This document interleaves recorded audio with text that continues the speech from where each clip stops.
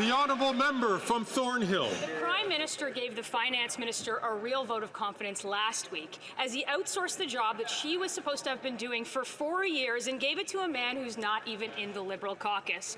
First, the Prime Minister tried to fire her in the newspaper, and now she's being shoved aside for Carbon Tax Carney, a man focused on his own profits and his own corporate interests, who was brought in to serve as the de facto Finance Minister.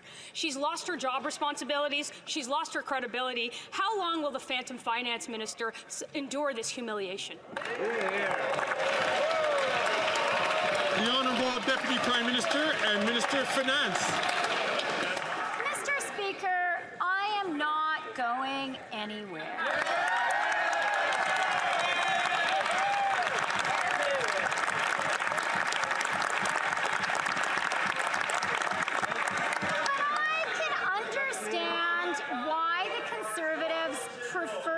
Focus on personal mudslinging and attacks rather than to actually talk about the economy.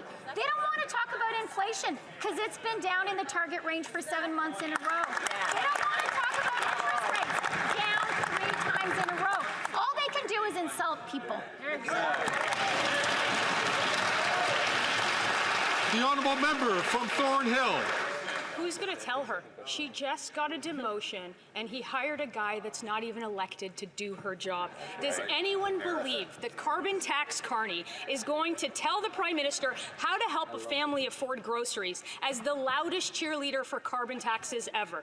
If the Finance Minister isn't completely humiliated by now, can she explain why Canadians should trust a man who is the #1 supporter of higher taxes to do her job?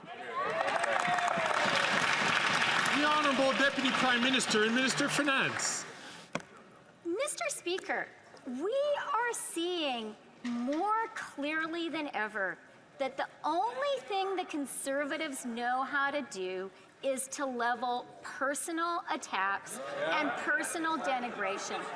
They do not care about Canadians, and now they're scared about the facts of our economy. So let me tell you some facts. Inflation in the target range for 7 months in a row. Interest rates down 3 times in a row, and the IMF says we'll have the strongest economic growth in the G7. The honourable member from Calgary, Nose Hill. This summer, after he argued that Atlantic Canadian home heating oil should be carbon taxed, carbon tax-loving Mark Carney spent a lovely summer of whimsy having champers at the Royal Box at Wimbledon and rubbing shoulders at a swish cocktail party with a wealthy CEO who yesterday, coincidentally, got millions of dollars of tax dollars. This is not someone who's in touch with the struggle of average Canadians, but neither is the Prime Minister. Did he push aside his now phantom female cabinet minister because carbon tax-loving Mark Carney could get him into fancier parties than she can? The Honourable Leader of the Government in the House. Thank you, Mr. Speaker. Look, I first want to begin by saying it's great to be back in this place. I really did miss most people on this side. I can't say that I missed all of you that much, but I did miss you a little bit.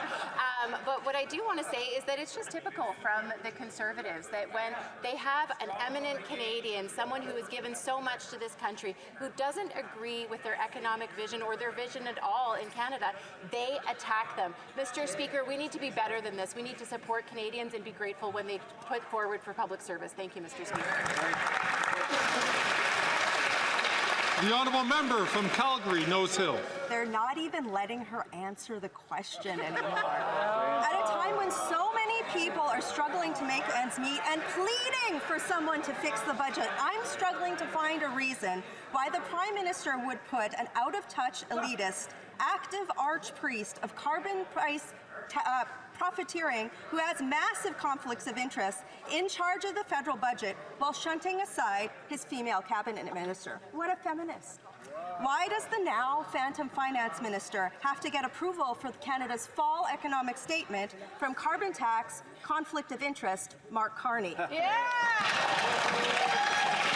Honourable Deputy Prime Minister and Minister of Finance. Mr. Speaker, I'm actually really glad to welcome back to the QP roster the member for Calgary Nose Hill. We haven't heard her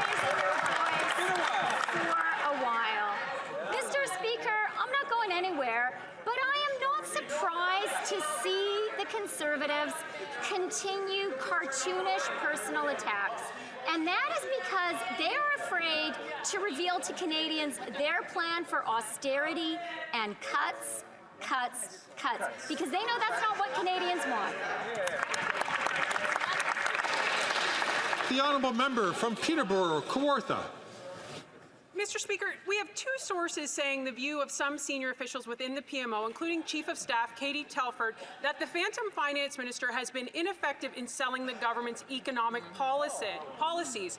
So, it's curious because we have a fake feminist Prime Minister who says he's all for women. Taxes are up, costs are up, the economy's in the toilet, and this carbon tax, Mark Carney, is now going to quadruple the carbon tax on all home heating across Canada. Yeah. So why is this Phantom Finance Minister okay with being publicly humiliated by this fake feminist Prime Minister? The Honourable Deputy Prime Minister and Minister of Finance. Mr. Speaker, the only people being humiliated today are Conservative MPs who have to listen to their colleagues wallow in the mud of personal character assassination. But what we are focused on is representing and working for Canadians.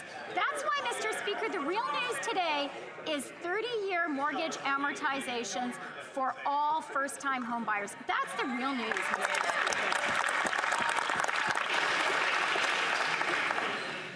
The honourable member from Peterborough, Kawartha. Mr. Speaker, it is not Conservatives saying that. It's the Prime Minister's Chief of Staff, Katie Telford, for the record. And so I guess the question is before this Phantom Finance Minister. She simply has two choices. Is she going to join the graveyard of Liberal female ministers under this fake feminist Prime Minister? Or, like Jody Wilson-Raybould, Jane Philpott, or will she continue to be publicly humiliated?